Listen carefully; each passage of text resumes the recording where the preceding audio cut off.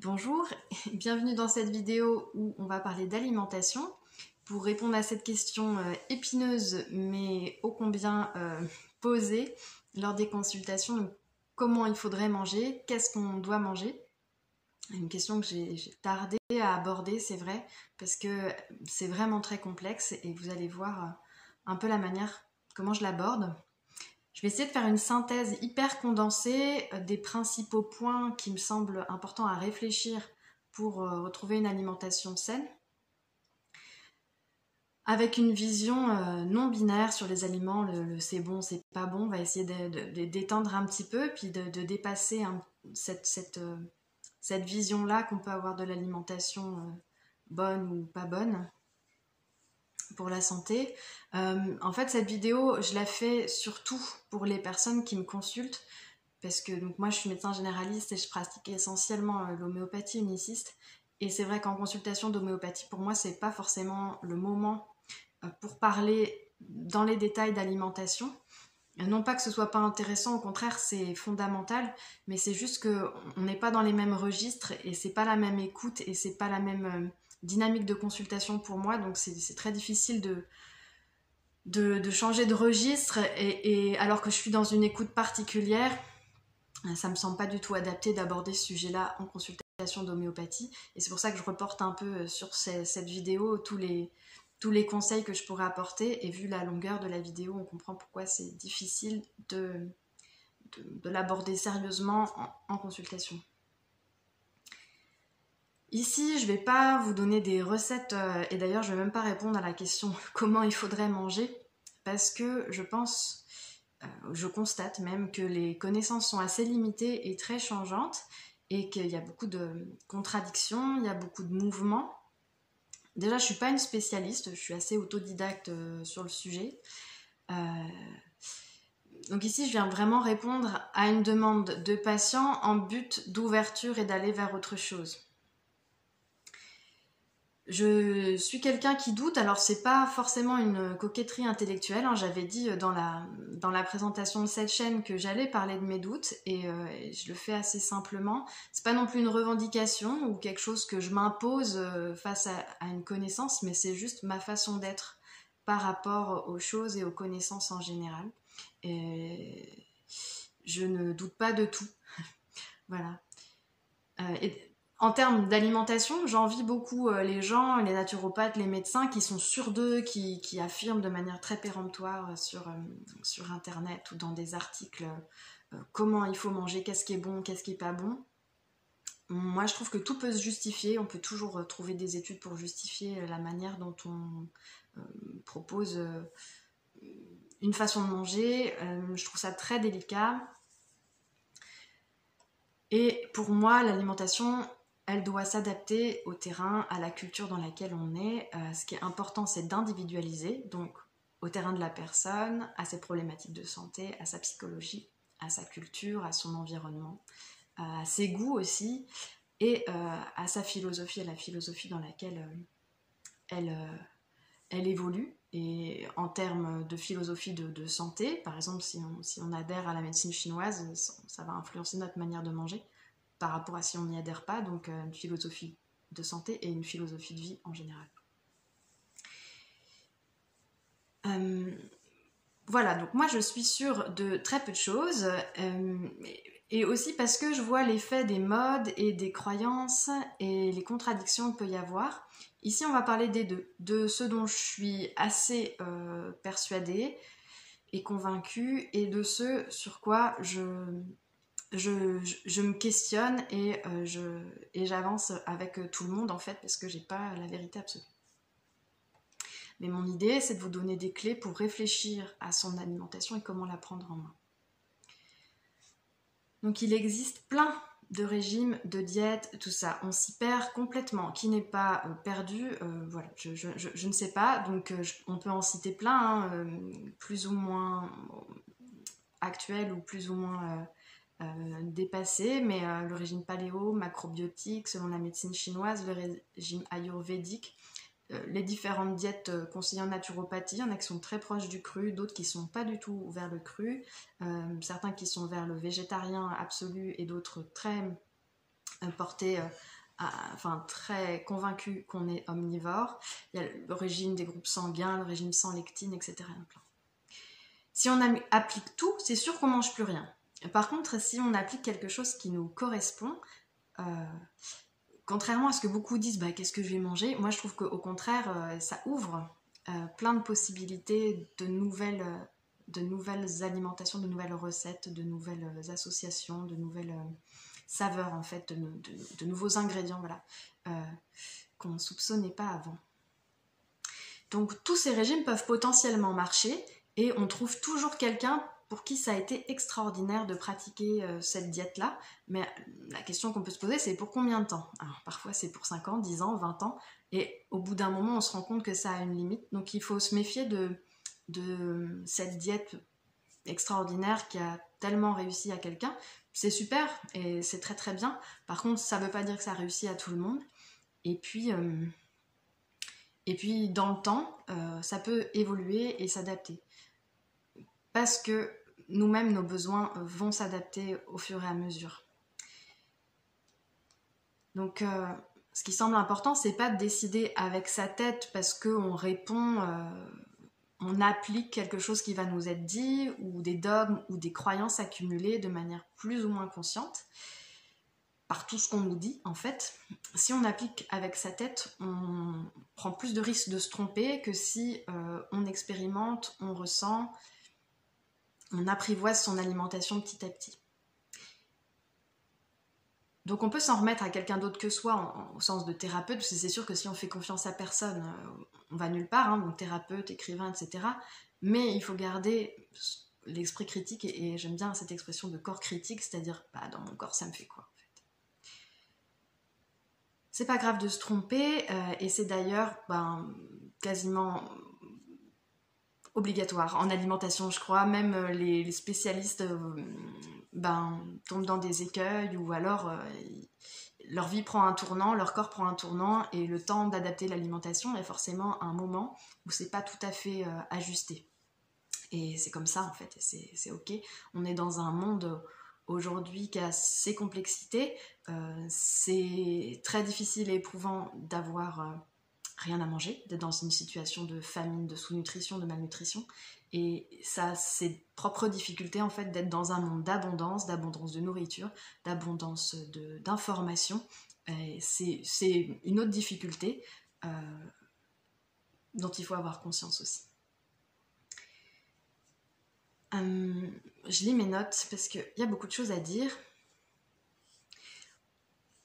Ce qui moi m'amuse et me frappe, c'est aussi que il faut avoir à la conscience aussi que quand il y a quelque chose qui nous dérange dans un discours ou dans un article, enfin peu importe, dans une information qui nous est apportée, c'est que ça vient chercher quelque chose en nous. Soit ça nous interroge, ça vient nous sonder de où j'en suis avec mon alimentation, est-ce que ce que je suis en train de faire, c'est juste ou pas. C'est pas forcément que l'information en elle-même telle qu'elle nous est présentée, c'est exactement ça qu'on doit suivre, comprendre, etc.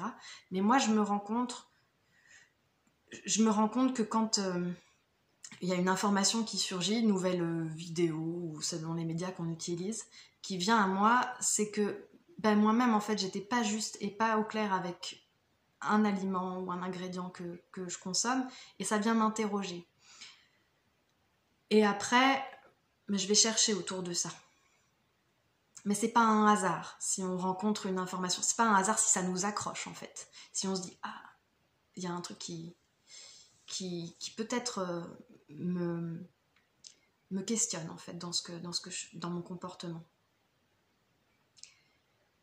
Donc pour moi, l'alimentation, il y a toute une partie qui peut se faire par soi-même et toute une autre qui peut nécessiter un rendez-vous avec les personnes qui s'y connaissent le mieux, qui sont, à mon avis, les médecins nutritionnistes et surtout micronutritionnistes qui se sont formés à la micronutrition. Pas tous, mais certains médecins micronutritionnistes qui me semblent compétents. Les naturopathes, pas tous pareil, mais ceux qui sont très bien formés sont les mieux à même de répondre. Et de plus en plus, les diététiciens, etc., s'ouvrent à à toutes les nouvelles connaissances qu'on a et qui mettent du temps à s'infiltrer dans la médecine académique. Voilà, donc c'est pas toujours facile de trouver un praticien qui nous correspond comme d'habitude, mais ça se trouve. Alors, dans ma vision, il y a deux types d'alimentation, l'alimentation hygiène et l'alimentation thérapeutique. Thérapie. C'est-à-dire comment on utilise l'alimentation. Il y a l'alimentation en termes d'hygiène de vie, donc l'alimentation du quotidien, du courant, et l'alimentation thérapie, c'est comment on va utiliser notre alimentation pour nous soigner et pour nous guérir. Donc là, on va vraiment l'orienter dans un sens particulier pour établir notre système de santé, pour établir un trouble digestif, un trouble hormonal, un trouble psychique, etc. C'est deux voies très différentes. Elles sont justes. Moi, en tant qu'homéopathe, je vais m'intéresser surtout à l'alimentation en termes d'hygiène, parce que mon levier d'action pour soigner et aller vers une forme de guérison, c'est l'homéopathie, c'est pas l'alimentation. Donc les médecines où l'alimentation vont vraiment être le levier d'action pour se soigner, c'est plutôt la naturopathie par exemple, d'une certaine façon la médecine chinoise, etc. Ça, c'est une distinction très importante à faire. Dans tous les cas, ça peut m'arriver d'orienter un tout petit peu plus parce qu'on a certains niveaux de santé et niveaux de maladie qui sont tellement profonds qu'il faut aller un petit peu au-delà d'une alimentation hygiène, mais de manière générale, j'irai plutôt vers... Enfin, je resterai sur comment avoir une alimentation juste hygiénique. Et ce qu'il faut comprendre, c'est qu'il y a des alimentations de transition qui sont temporaires, qui ne sont pas définitives, qui sont juste là pendant un temps pour déjà cesser de rajouter de l'inflammation sur un état très inflammatoire, très altéré, pour permettre d'éviter de prendre encore plus d'énergie au corps, mais l'idée c'est de retrouver plus tard une souplesse et de la diversité, voilà, de ne pas rester fixe sur cette alimentation-là qui est thérapeutique ou qui est de circonstances, on va dire. Pour vous résumer en quelques mots, pour ceux qui ne voudraient pas aller plus loin, mais je vous conseille d'aller plus loin dans la vidéo, pour moi, il faut retirer les toxiques. Donc les produits toxiques, c'est tous les produits transformés, tous les produits issus de l'industrie dans lesquels on va trouver vraiment des toxiques réels en fait, des perturbateurs endocriniens et des métaux, des plastiques selon les contenants qu'on utilise et qu'on utilise dans la cuisson, voilà. Faire très attention au gluten, on en reparlera plus loin, au sucre, aux OGM, et pour différentes raisons, et je ne rentrerai pas dans les détails. L'insuffisance de fibres, mais ça concerne quand même de moins en moins de gens, j'ai l'impression. L'importance du trempage, la germination, éventuellement de la fermentation de toutes les graines. Manger selon les saisons et selon sa culture au maximum, ça ne veut pas dire absolument, totalement, mais voilà. Faire attention à l'excès de produits laitiers, au grignotage et à l'immodération, c'est-à-dire l'excès de n'importe quel aliment et la quantité des aliments absorbés. Ça, c'est vraiment les grandes lignes pour moi qu'il faut maintenir pour une alimentation respectueuse de juste l'hygiène. Après, on peut aller beaucoup plus loin si on veut avoir un levier thérapeutique et on doit aller plus loin selon les sensibilités de chacun et les intolérances de chacun, évidemment. Donc l'hygiène, c'est éviter de s'intoxiquer ou de se déséquilibrer. Et comme nos modes de vie modernes, hyper stressants et hyper pollués, sont déjà hyper déséquilibrants, il faut quand même avoir une vigilance sur la manière de manger. Donc c'est éviter de s'intoxiquer, c'est éviter les toxiques vrais et aussi tout ce qui va produire des toxines. Alors, il y a une petite nuance, mais de manière générale, là on va surtout parler des toxines qui se créent de manière endogène, interne à notre corps. Donc les toxiques, on les trouve dans tous les aliments transformés, industriels, même bio, hein. Enfin voilà, dès lors que c'est transformé, pour moi ça semble pas juste. Alors il y aura moins d'additifs mauvais, mais quand même. Les plastiques, les contenants, et aussi dans les conserves, hein, sont pas des contenants adaptés. Le gluten, d'une certaine manière, peut être considéré comme un toxique. Il est vraiment, pour moi, à la frontière du toxique et de la toxine, mais quand il est très transformé, justement, dans les blés modernes ou en excès, il peut avoir un effet, à mon sens, toxique. Le sucre, alors le sucre au sens sucre raffiné, sucre blanc, sucre rajouté, en fait, y compris le fructose, mais c'est toujours une question de quantité. Les sucres en tant que féculents d'absorption rapide, d'index glycémique rapide, etc., ont pour moi une dimension toxique pour l'organisme. Donc à réduire. Mais surtout le sucre raffiné de tout ce qui est de la famille des desserts, je dirais.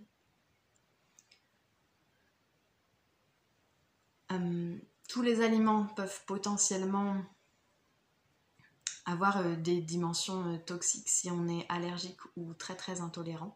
Et là, il y a un intérêt très controversé des tests d'intolérance alimentaire, mais pour certaines personnes, c'est radical la manière dont ça peut rétablir leur santé. Pour d'autres, ce sera beaucoup d'argent dépensé pour pas beaucoup de conclusions, mais ça a l'air d'avoir vraiment un intérêt, contrairement à ce qui est dit. Voilà, la médecine peut changer d'avis aussi là-dessus dans quelques temps. À noter qu'il y a aussi un rapport entre l'allergie et le vécu émotionnel des choses. On retrouve pas si rarement en fait un lien entre l'allergène, l'aliment auquel on est allergique, et une anecdote émotionnelle autour de cet aliment, ou la symbolique que peut avoir cet aliment pour nous.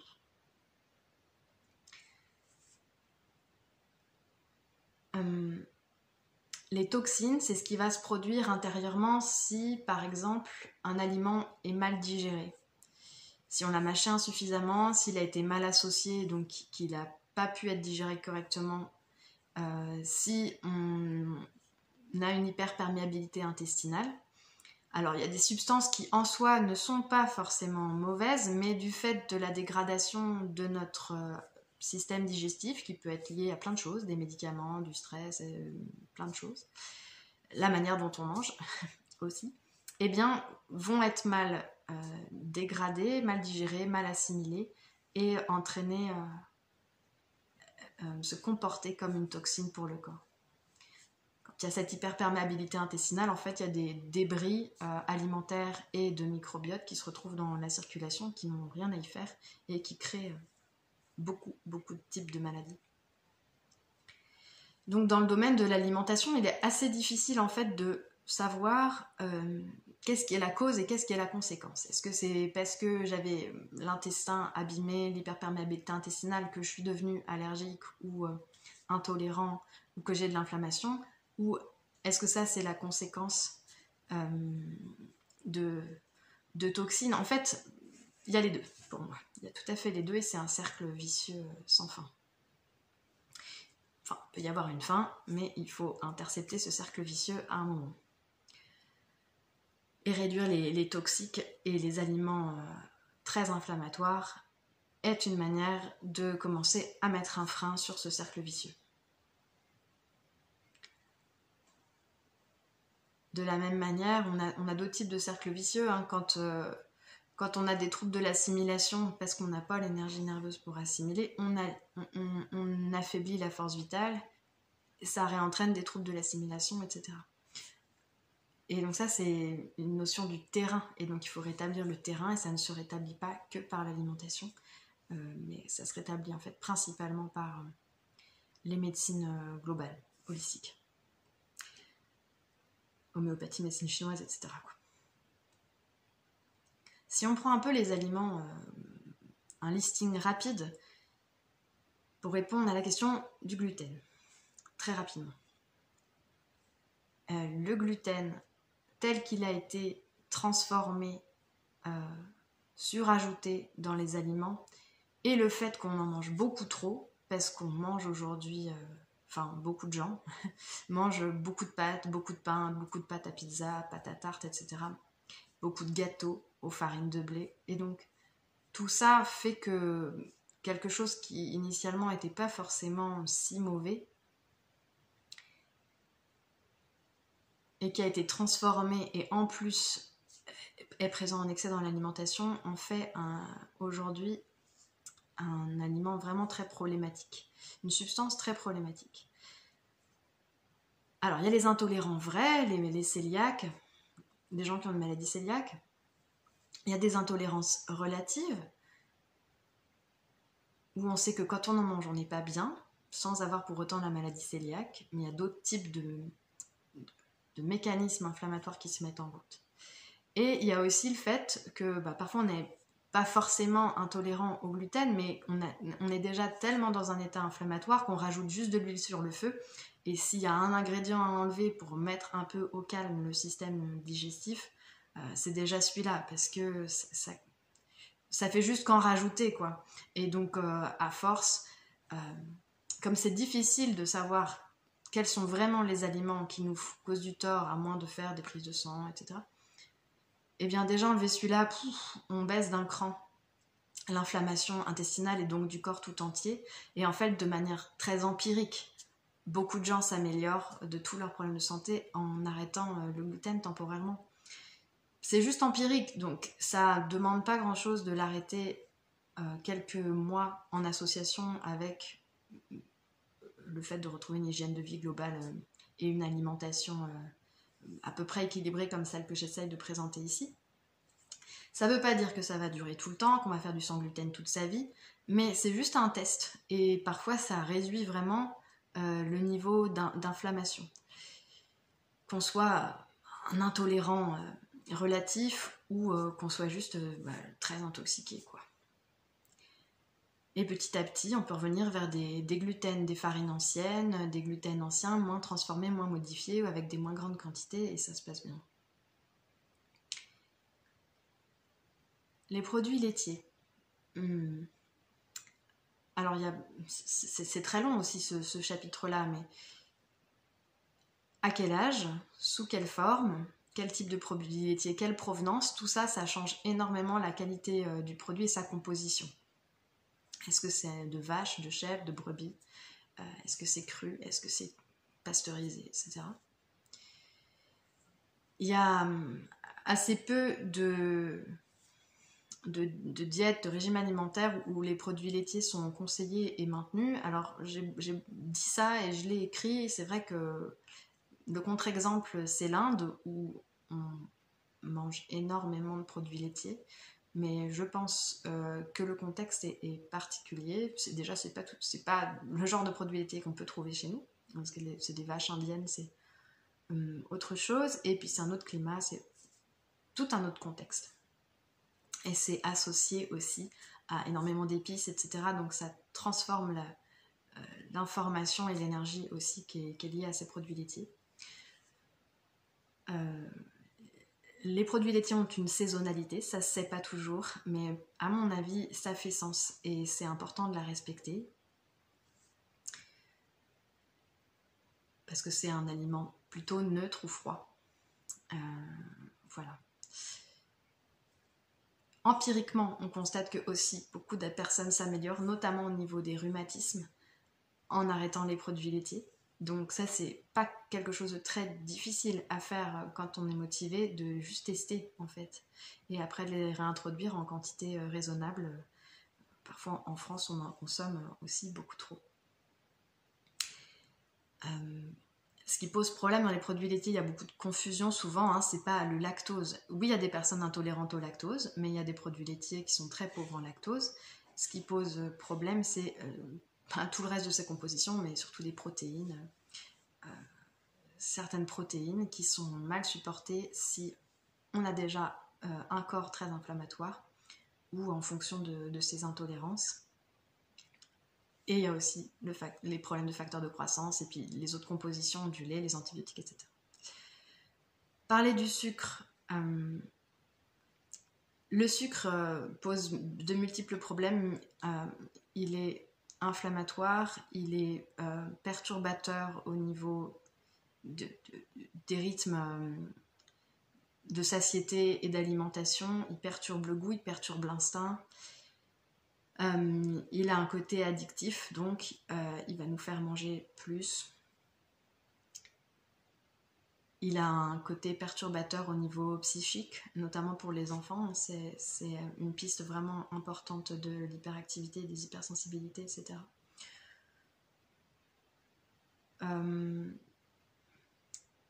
Souvent, on néglige le fait que les aliments féculents, ou qu'on appelle féculents, sont des aliments sucrés. Ils se transforment très rapidement en sucre, donc ils nécessitent soit de ne pas être mangés blancs raffinés, soit de vraiment être accompagnés par des fibres. Tout ça, c'est en général connu. Mais voilà, il est possible qu'on en mange aussi en quantité trop importante parfois. Les fruits. Toutes les personnes ne peuvent pas digérer les fruits correctement. Il y a aussi le côté sucré des fruits qui doit en faire limiter la consommation en fonction des saisons, etc. Il ne faut pas se couper complètement du goût sucré, mais c'est plutôt aller du sucré à la saveur douce. La saveur douce, c'est en médecine chinoise, il y a 5 saveurs. La saveur douce, c'est pas le sucré qui agresse le corps, c'est l'intermédiaire, et c'est comme son nom l'indique en fait, je ne vais pas vous le détailler, mais il y a des légumes doux, sucrés, on peut rajouter cette saveur-là, mais elle ne va pas venir agresser le corps et le perturber complètement dans son goût et son métabolisme.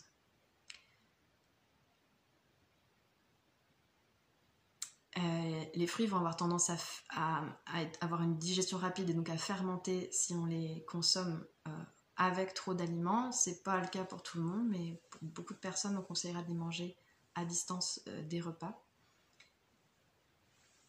Je peux pas rentrer dans les détails, mais il y a d'autres vidéos qui vous permettent de mieux comprendre que c'est pas juste les fruits, c'est bon pour la santé, quoi. Les légumes. Alors, un gros sac pour tous les légumes, c'est pas forcément la meilleure des idées, mais c'est essentiel évidemment. Après, la question du cru ou du cuit se pose vraiment pour les légumes et ils ne correspondront pas à tout le monde sous une forme ou une autre. C'est vraiment important de pouvoir introduire une quantité conséquente de légumes dans son alimentation, mais tout le monde ne va pas les supporter et on peut avoir des intolérances à tout type de légumes en fonction de leur composition. Et il faut avoir une écoute de ça aussi.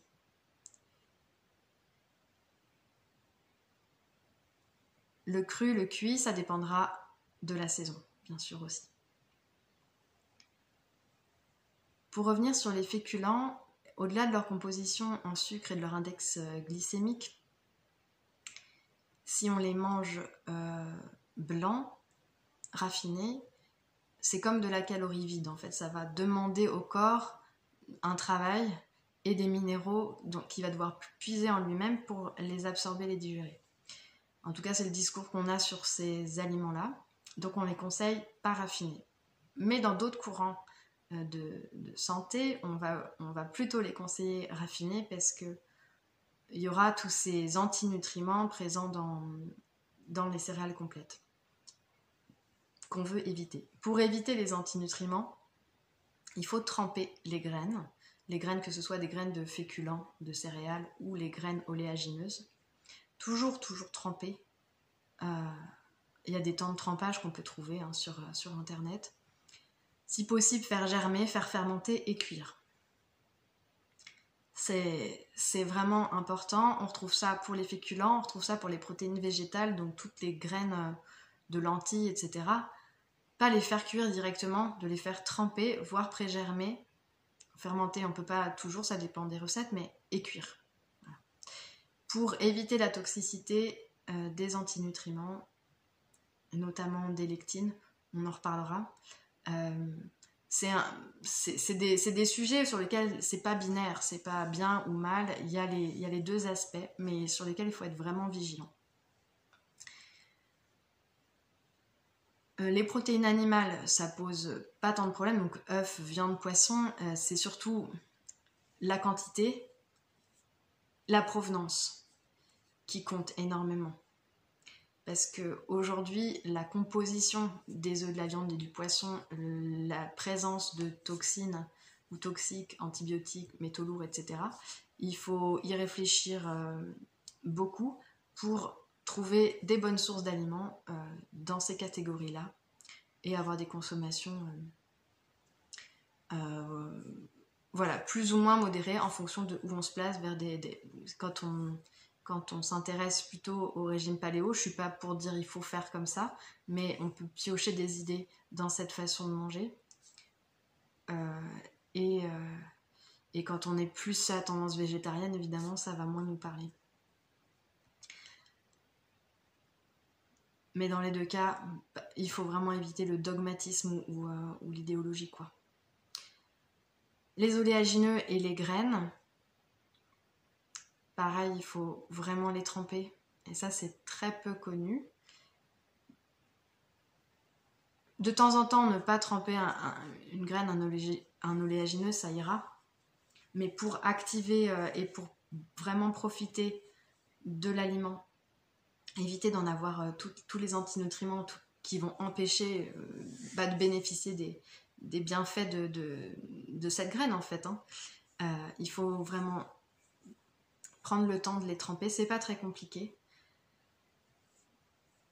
Les gens très sensibles à tous ces antinutriments vont le ressentir de manière directe. Il y a d'autres gens qui sont moins sensibles et donc vont pouvoir manger les oléagineux sans trempage et crus plus facilement. Mais là encore, tout est question de quantité et de sensibilité personnelle. Dans tous les cas, ça semble vraiment bénéfique en fait de prendre le temps quand c'est possible de les germer, même quand on n'est pas très sensible. Les graisses sont essentielles et là c'est pareil, c'est quelle quantité, quelle provenance. Les huiles doivent être bio, première pression à froid. Il y a certaines huiles plus intéressantes que d'autres. L'important à mon avis c'est de diversifier, à moins d'avoir la possibilité et les moyens financiers de se faire régulièrement des prises de sang de profil en oméga 3, 6, etc. Pour savoir où on en est et de quoi on a besoin, ce qui est un peu difficile en fait, eh bien il faut vraiment varier les origines, les graisses et les consommer préférentiellement crus pour éviter de les altérer. Et pour ça il y a aussi des huiles absolument à jamais cuire, d'autres qui supportent certaines températures, il faut s'intéresser à ça. Le sel est concerné aussi par le cuit ou cru. On conseille plutôt le sel cru, mettre du sel en cuisson, c'est pas vraiment toujours très bien toléré et adapté. Il y a des gens qui voient une vraie différence quand ils arrêtent de mettre le sel en cuisson. Voilà, c'est un mystère, mais c'est vrai. Je dis un petit mot sur les algues parce que beaucoup de personnes sont carencées en iode quand on fait des tests urinaires du moins. Et on se rend compte qu'avec une consommation d'algues, on peut faire vraiment varier de manière importante le taux. Donc ça peut être intéressant. Mais il y a certaines personnes intolérantes aussi à ces produits-là. On parle beaucoup, il y a des modes de produits fermentés, de levures, les trucs probiotiques, tout ça. Moi, je conseille de faire assez attention. Je ne suis pas une grande fan. Parce que dans l'altération des systèmes digestifs d'aujourd'hui et des microbiotes d'aujourd'hui, ça peut entraîner encore plus de pullulation microbienne et être mal toléré. Donc si ça vous fait du bien, ok, en petite quantité. Et sinon, laissez tomber, quoi. Je parle de kéfir, kombucha, tout ça. Les aliments lactofermentés, ça peut être intéressant. mais toujours en petite quantité, et quand l'intestin les tolère bien, voilà, faut faire des tests. De manière générale, tous les nouveaux aliments, les laits végétaux, les super aliments, tout ça, moi je me méfie un peu. C'est surtout des provenances parfois exotiques, c'est des transformations, il y a des additifs, enfin, même en bio, hein. Tous les additifs de texturisation, etc. Donc, avec modération. Je dis 2 mots sur les compléments alimentaires. Pour moi, c'est le moins possible. Le complément alimentaire, ça doit être temporaire, ça doit être dans une situation vraiment pour venir combler une carence vraie pendant qu'on agit sur le terrain avec d'autres moyens, l'homéopathie, la médecine chinoise ou d'autres choses. Parce que s'il y a un trouble d'assimilation ou une fuite minérale quelque part, le fait de rajouter des compléments alimentaires n'aidera que temporairement et ça rend juste dépendant et puis ça règle pas le problème, ça règle pas la cause qui continue d'œuvrer en arrière-plan, même si on a l'impression d'avoir un symptôme qui a disparu. Donc voilà, surtout il y a des personnes qui prennent en grande quantité un minéral, le magnésium pour ne pas le citer, ou d'autres choses et qui vont complètement se déséquilibrer par ailleurs parce qu'il y a des compétitions qui se créent dans le corps forcément dans l'absorption des compléments alimentaires, des minéraux, etc. Donc on déstabilise. Moi j'ai la main pas très lourde sur les compléments alimentaires, je me méfie beaucoup des gens qui en prescrivent beaucoup parce qu'à mon avis le levier thérapeutique doit se situer ailleurs. Par contre ça peut être vraiment nécessaire dans certaines situations et il y a des carences vraies dans notre monde d'aujourd'hui, donc qu'il faut combler. Voilà, après, là on a fait un peu le tour des familles d'aliments. On ne peut pas vraiment rentrer dans le détail, mais je vous invite à aller plus loin s'il y a une question qui vous intéresse. Il y a des diètes, comme la diète cétogène par exemple, qui peut être intéressante, mais qu'il ne faut pas maintenir trop longtemps. C'est pas un régime à avoir à vie, par exemple. Et qu'il vaut mieux faire de manière accompagnée pour qu'elle soit bien équilibrée et qu'elle soit faite de manière adaptée en fait à la problématique qu'on présente. Et il y a d'autres horizons en fait qui sont par exemple de manger selon sa génomique, son génome, on savoir que en fait on pense bien faire, mais notre corps de façon génétique n'est pas forcément capable d'absorber des aliments d'une certaine manière. Ça demande des recherches très poussées et pour moi c'est vraiment que le début parce que il y a plein d'aliments qui pourraient être concernés par cette recherche-là et c'est pas vraiment en place au niveau médical, au niveau même diagnostic. Donc, l'alimentation santé, tout ce qu'on peut lire, tout ce qu'on peut entendre, en fait tout n'est pas vrai pour tout le monde, loin de là. Il y a plein de possibilités de configuration d'intolérance alimentaire et dont beaucoup sont ignorées par nous parce qu'on ne peut pas savoir au fur et à mesure à quoi notre corps réagit. Il y a plein de régimes différents. Moi, je vais faire un petit focus sur les régimes sans et quoi en penser.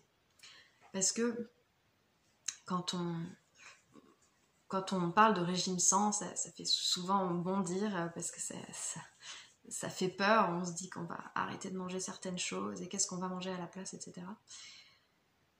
Quand on parle de régime sans produits toxiques, par exemple, ça paraît une évidence à tout le monde en fait. Sans additifs, sans perturbateurs endocriniens, sans aluminium, tout le monde dirait oui.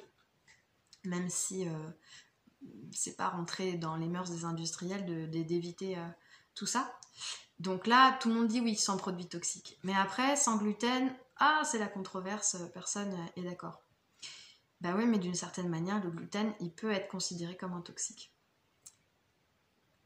Ou alors, comme je disais tout à l'heure, en fonction du terrain sur lequel il va être ingéré, il va se comporter comme un toxique ou une toxine. Et c'est aussi quelque chose qu'on peut faire temporairement, qu'on n'est pas obligé de garder toute la vie. C'est vrai que plus on s'abstient de manger un aliment ou une substance, plus elle va être difficile à réintroduire parfois. Donc garder des toutes petites quantités, ça peut être utile, mais ça c'est vraiment au cas par cas. Le sang-lait, c'est pareil, mais ça se justifie quand même chez l'adulte dans beaucoup de situations.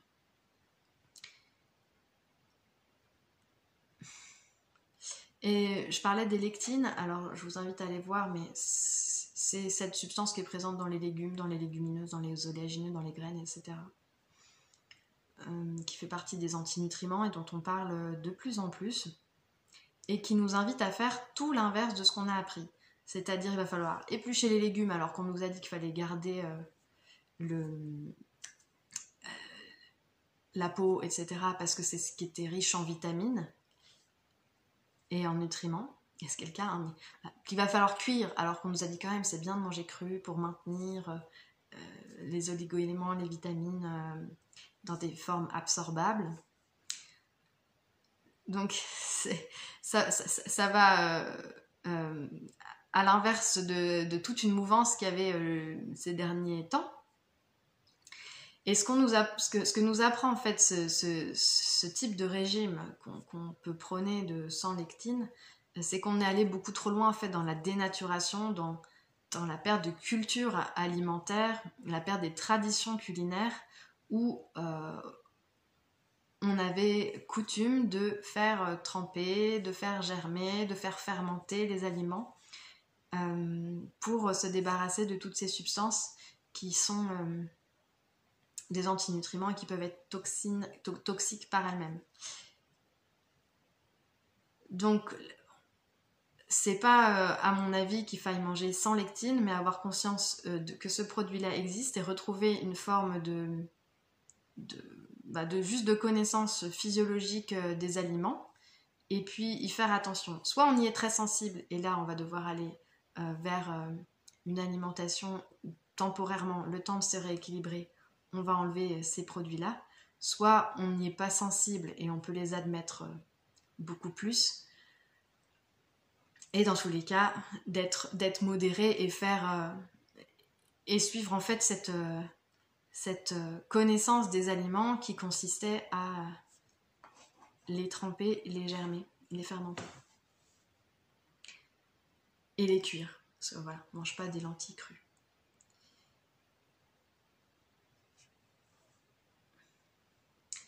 Et un petit mot sur le régime sans FODMAPs.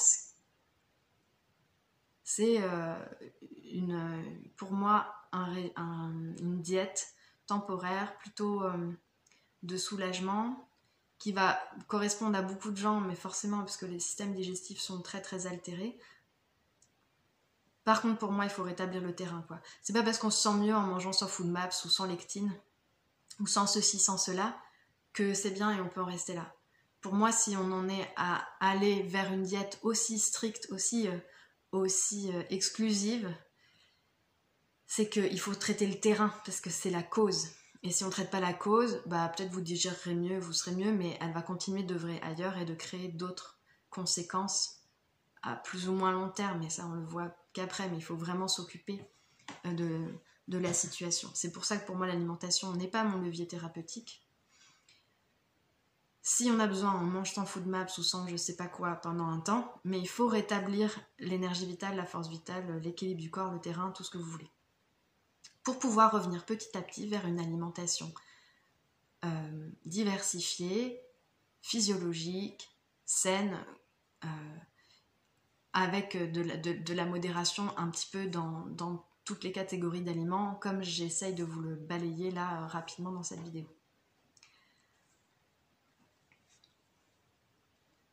Au-delà de la quantité et quel type d'aliments je vais absorber, c'est aussi combien de repas, comment, est-ce que je grignote, est-ce que je mâche bien, est-ce que je les associe bien, est-ce que je les cuisine bien, c'est-à-dire, on parlait de cuisson, on ne va pas faire des très hautes températures, on ne va pas non plus manger cru, est-ce que je décrudis, est-ce que je cuis vapeur, est-ce que je cuis à basse température, etc. Donc ça change potentiellement tout, même si sur le papier j'ai les bons aliments, comment je les cuisine, comment je les consomme, dans quel état d'esprit aussi je mange, Est-ce que je peux être présent? Est-ce que je mange dans le stress, etc. Tout ça, ça va vraiment influer. C'est pas des petits détails en fait. Ensuite, il y a des choses qui peuvent changer à mon avis par la volonté. Voilà, j'ai la volonté d'introduire cet aliment ou de l'enlever. Et il y a des choses qui ne pourront pas changer tant qu'on n'influe pas sur le terrain en amont, parce qu'on a vraiment cet appel ou cette configuration intérieure qui fait qu'on mange de cette manière-là. Je prends un exemple, quelqu'un qui a besoin de manger tout le temps. Alors soit ça relève vraiment d'une erreur d'hygiène, une négligence de soi, soit c'est vraiment difficile et là ça peut relever d'un déséquilibre profond et ça se corrige par le terrain. Donc si on veut dépasser tout ça, toutes ces notions de l'alimentation saine, quelle alimentation il faudrait manger, etc., on se rend compte qu'effectivement, par le terrain, il y a plein de choses qui sont déterminées. Par exemple, les désirs et les aversions alimentaires, ces envies très fortes de manger quelque chose ou ce dégoût très fort vis-à-vis d'un aliment, c'est intérieur, c'est viscéral, c'est difficile à expliquer, c'est très fort. Il y a la question de savoir si ce désir répond à un besoin. Alors, moi je dirais parfois oui, parfois non, mais surtout, au-delà de ça, ça peut être parce que ce désir répond à un besoin de se maintenir dans un déséquilibre. C'est pas forcément un besoin pour combler un problème de santé, mais comme dans nos états altérés, dans nos états de maladie, qu'on ait ou non des problèmes de santé vraiment identifiés, quand on n'est pas équilibré dans son corps, dans sa physiologie, etc., on est en fait équilibré dans un déséquilibre. Ça peut être un petit peu difficile à comprendre cette notion. Moi, ça me semble évident en fait quand j'observe ce qui se passe en moi et chez les autres en fait. Mais on va avoir tendance à se maintenir dans des équilibres par tout un tas d'habitudes et notamment des habitudes alimentaires. En termes d'alimentation, on peut manger selon la composition des aliments, comme ça nous est souvent proposé, alors en termes de calories, de macronutriments, de micronutriments. Mais en fait, pour moi, c'est pas ça l'alimentation. C'est un petit peu comme si vous disiez que vous faites du sport pour le nombre de calories que vous y perdez et le nombre de battements par minute, etc. Tout quantifié et tout un aspect chiffré. Mais c'est pas pour ça que vous faites du sport, sinon tout le monde ferait du tapis ou peu importe. Vous êtes appelé vers un sport en particulier parce que ce sport induit beaucoup plus de choses que juste une dépense physique, que juste une activité physique. Il y a beaucoup d'autres choses derrière, mais c'est pareil pour l'alimentation. Dans les aliments, il y a une énergie, il y a une symbolique, on absorbe aussi toute autre chose, ça vient en résonance ou combler par rapport à des émotions, un état mental, etc. Donc, bien au-delà de la nutrition, du macro ou de la micronutrition, c'est beaucoup plus complexe à mon avis. Il se passe des choses au niveau de l'esprit, pas forcément des aspects spirituels, mais au niveau du mental, de l'émotionnel, du culturel. Et on induit des choses aussi dans les groupes et dans les sociétés. Il y a énormément de croyances qui sont véhiculées en fonction des périodes. Soit c'est des croyances qui nous sont conscientes, ou alors qu'on conscientise par rapport à ce qu'on nous a enseigné quand on était enfant, inculqué dans l'éducation. Et ça peut être plein de croyances inconscientes avec tout ce qui est véhiculé dans les médias, la publicité, les courants santé multiples, et les modes en fait qui nous influencent beaucoup. Et à mon avis, il y a aussi tout simplement des phénomènes de société. C'est pas pour rien que je fais cette vidéo aujourd'hui et qu'il y a tellement de vidéos. Ça correspond à un état de la société d'aujourd'hui, dans son abondance d'informations, dans son abondance de questionnements, de recherches, dans son état de l'alimentation et dans un état quelque part mental de la société, si je peux dire les choses comme ça.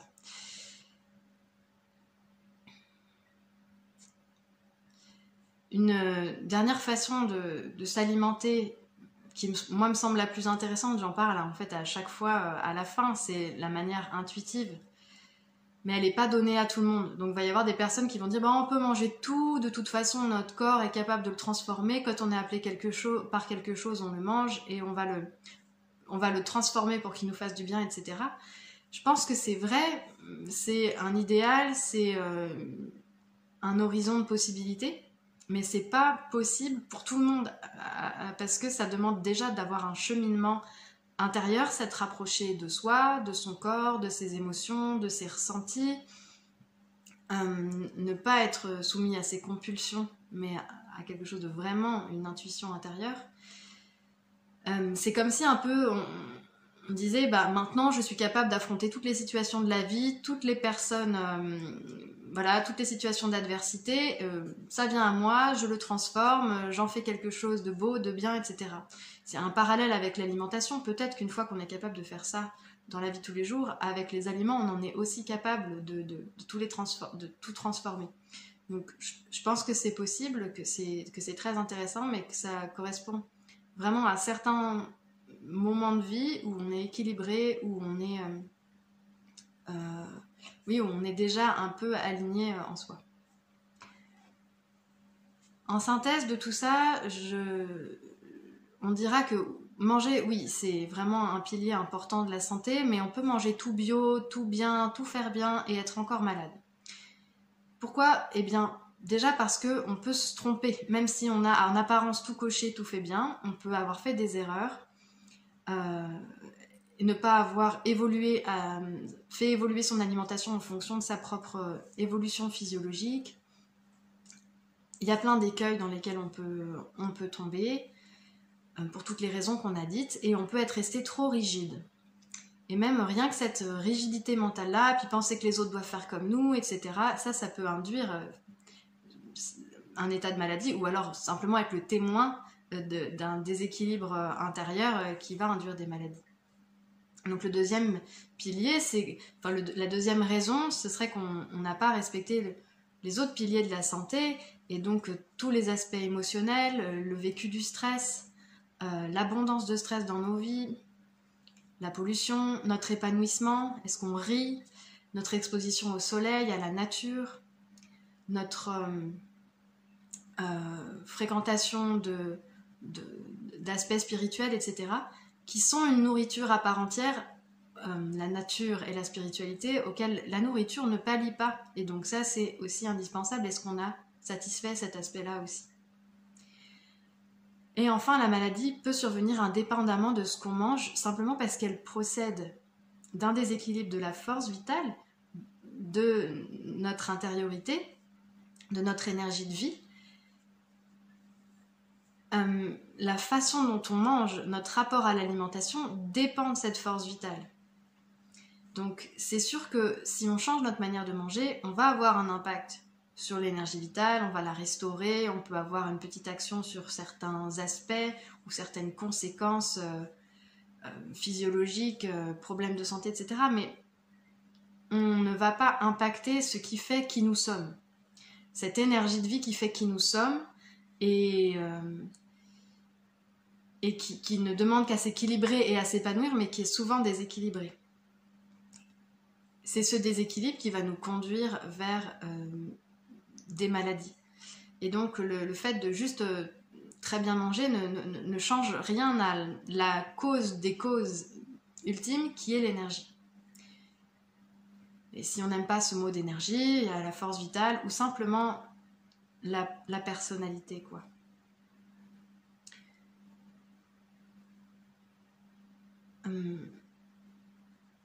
C'est cette force vitale qui détermine comment on assimile les aliments, comment on est attiré vers eux, comment on les digère, qu'est-ce qu'on en fait, comment notre corps les gère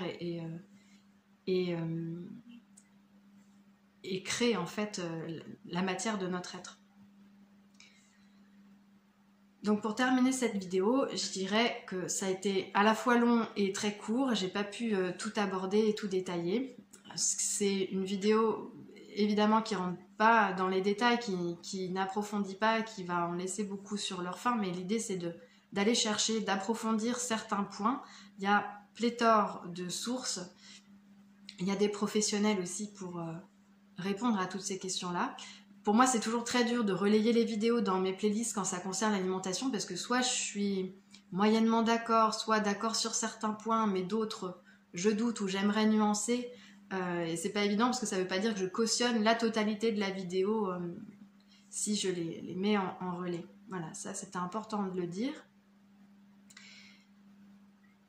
Et sur ce, je vous souhaite une bonne recherche et surtout voilà, d'inclure l'alimentation dans un mouvement global de santé, mais bien au-delà en fait que de la santé de rapport au monde. Et je fais un petit rajout sur 3 thèmes que j'ai juste effleurés dans la vidéo et qui me semblent mériter qu'on s'y attarde un petit peu, parce que ça revient souvent dans les questions. Encore une fois, ça n'est que mon avis, mais ça peut être intéressant d'aller creuser. On a vu tout à l'heure que, certes, on a vu des catégories d'aliments, qu'est-ce qu'on doit manger, quel type d'aliments, mais ce qui est aussi très important, c'est comment on les prépare et comment on les mange. Est-ce qu'on les cuit ou pas? Est-ce qu'on mange cru? Comment on les associe et comment on les répartit sur la journée? À propos du cru, il y a tout un pan de la santé naturelle qui avance que c'est préférable de manger cru parce que ça préserve les vitamines et minéraux, notamment des fruits et légumes, et parce que ça favoriserait une digestion plus physiologique. C'est possiblement vrai, mais ça me semble être une vision assez simpliste de la question. Parce qu'à mon avis, il faut beaucoup d'énergie déjà pour pouvoir digérer du cru. Il faut une forte vitalité. Donc tout le monde ne peut pas bien digérer le cru, et peut-être qu'au fur et à mesure que la santé s'améliore, ça devient plus facile et plus adapté surtout. Moi, j'aime bien la vision de la médecine chinoise sur le sujet. C'est que pour eux, le cru va altérer l'organisme, va affaiblir, va être agressif pour le système rate-pancréas, donc pour le système digestif. Le cru, c'est de nature froide et humide.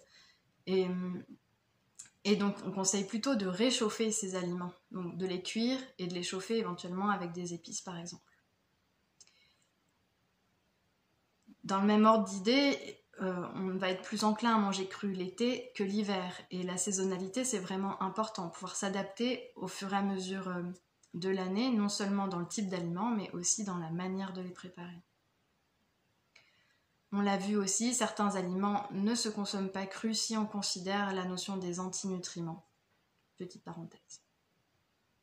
Donc, la solution, c'est d'avoir une partie de cru dans son alimentation si on le peut, si c'est adapté à notre organisme, et l'autre partie de décrudir ou de cuire à basse température, à vapeur douce pour préserver les aliments au maximum. La deuxième chose, c'est les associations, les combinaisons alimentaires. Parce que ça semble vraiment important, non seulement de compter quel aliment je mange, mais comment je l'associe, parce qu'il faut qu'il soit bien digéré et qu'il ne crée pas de troubles au moment de la digestion. On comprend assez facilement qu'il y a des groupes d'aliments, soit féculents, protéines, matières grasses, fruits, etc., qui ont des temps de digestion différents, qui ont des besoins en termes de pH et d'enzymes différents, et certaines associations demandent plus d'énergie pour être digérées. Ça, tout le monde en a fait plus ou moins l'expérience. Il y a donc des conséquences à la fois sur la digestion et donc sur la flore intestinale et tout le système. Et aussi, on le disait tout à l'heure, quand des aliments sont mal digérés et créent un état inflammatoire, peut y avoir certains débris alimentaires ou du microbiote qui deviennent des toxines parce qu'elles passent dans la barrière intestinale. Donc, pour avoir une meilleure digestion quand on est perturbé à ce niveau-là, c'est vraiment intéressant de se pencher sur la question des associations et combinaisons alimentaires. Et l'intérêt va plus loin que juste l'état du système digestif. Les grandes lignes pour ça, c'est de ne pas associer protéines et féculents et de manger les sucres en dehors des repas qui ont une digestion très rapide. Donc faire un repas par exemple où on associe protéines et légumes, un repas où on associe féculents et légumes, et les fruits en dehors des repas. Après, il y a plein d'autres choses à explorer, plus de détails, mais c'est déjà intéressant d'avoir cette ligne-là. Et enfin, la chrononutrition, donc le fait de manger certaines catégories d'aliments à certaines heures de la journée, plutôt matin, midi ou soir, les protéines ou les féculents, etc. Alors moi, je pense que la notion de digestion en fonction des cycles du corps, du cycle du corps sur la journée, c'est intéressant.